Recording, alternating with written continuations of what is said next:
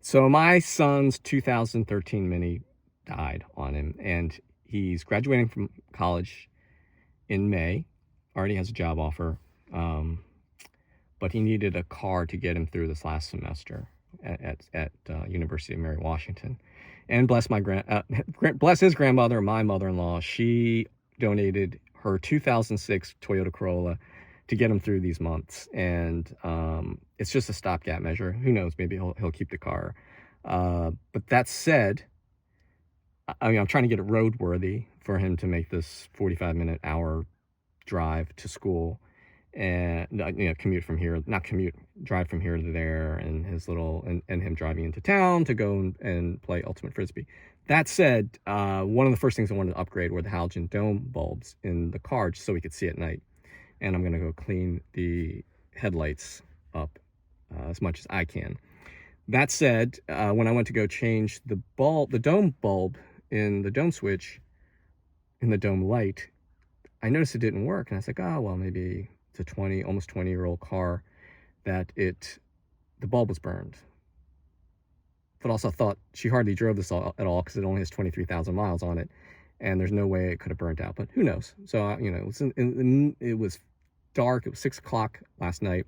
I'm messing with this thing, and I realized that the dome switch itself has failed. Googled it real quick and found that it's a common problem with this car. The 2006 dome light stops working, and people are just saying replace the dome switch. So what I'm going to try to do is repair the dome switch to save myself $60. And also what I wanted to do was not only replace the bulb, but replace it with a LED festoon bulb as opposed to a halogen one to make it brighter. Okay, so my son inherited a 2006 Toyota Corolla to replace his 2013 Countryman as a stopgap measure. He inherited it from his grandmother. Bless her. The car's in amazing condition. It's almost like it was stuck in a time capsule. But that said, turns out the 2006 model and probably other ones that use this dome light have a issue with the dome light failing. Duh. I actually thought it was the bulb burnt out, which actually didn't make sense because she hardly drove it enough. There's no way she could have got that many hours. And also, I wanted to upgrade it from a halogen bulb to a LED. So I plop in the LED and find out it still doesn't work. Well, it turns out this is what it looks like with the cover. And this is the switch that fits in here. And I only discovered the switch not discovered the switch, but the switch fell out as I was futzing around trying to get the festoon bulb to fit in there. Turns out what happens is it's a $56, $60 part, and not wanting to spend $50 or $60 on a really old car if I don't need to. Turns out what happens is I've already cleaned it a bit. There's still a little bit more that needs to be cleaned. Let me see if we can get some focus on that.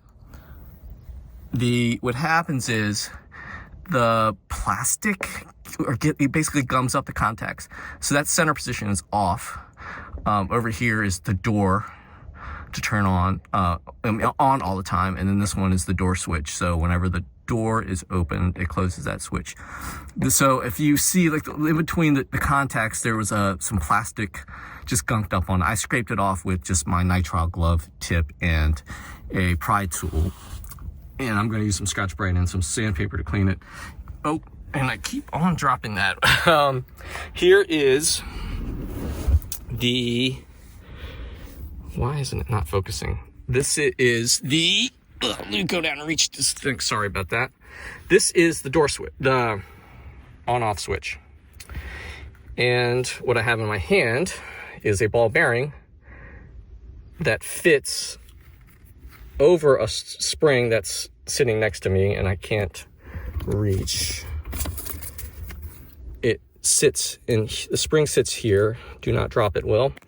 And the ball bearing sits in here. And what this does is it keeps it lateral tension on the switch against the plastic. So that is the contact on the switch.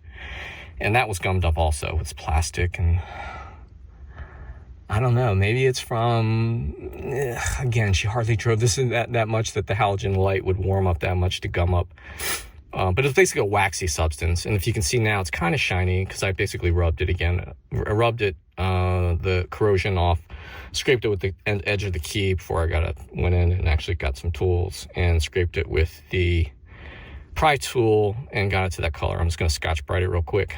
And then I've already tested and it should work. Let me show you what that's like. So basically what I did was take some Scotch Brite and they use the tip of the screwdriver, being careful not to short the contacts.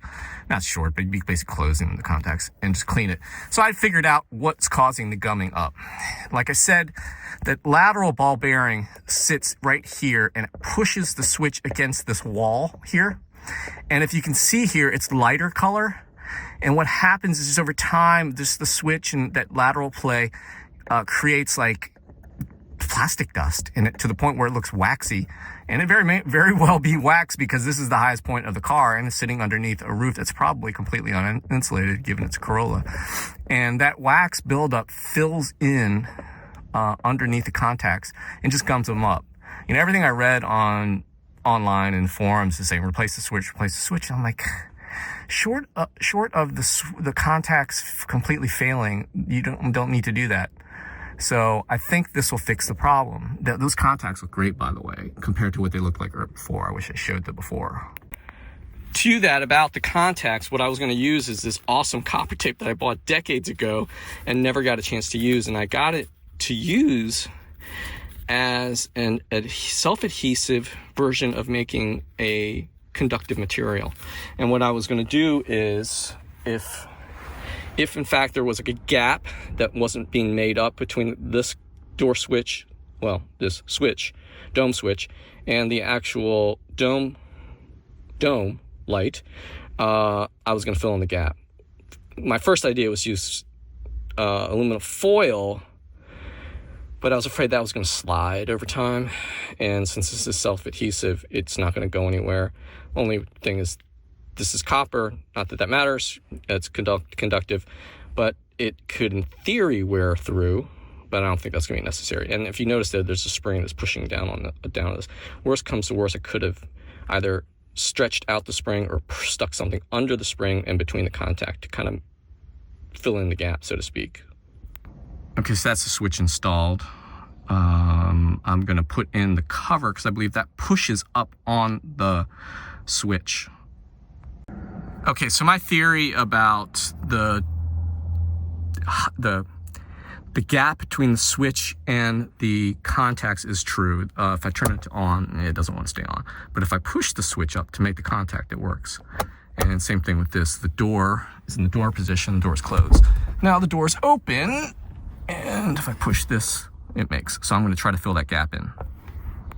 So I put 2 layers of tape. Hopefully that'll work. Tried to make it not too much wider than the actual contact. Okay, sweet. So that basically did it. This is turn on, it works.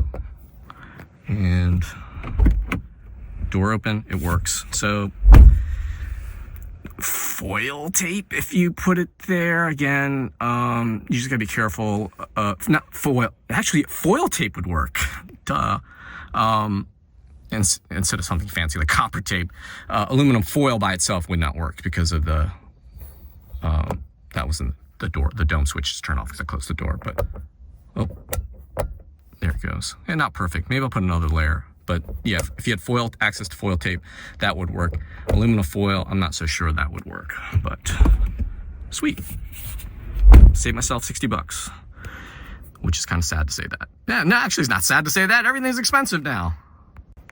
Okay, so the pro tip is that there's little prongs here. What am I doing? Little prongs here that kind of clip in under a slot. But again, there's a ball bearing and a spring there. It's not in here now because I'm going to drop it. When you pull the switch out, just kind of grab a hold of the actual switch knob and pull down this way. So you're kind of pivoting. So you're kind of pull down this way.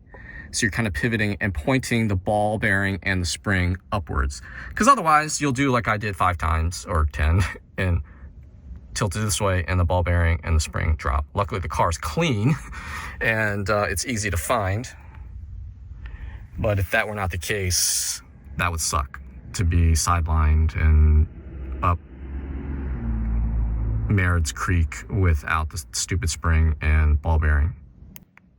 Because everything's ball bearings now, right?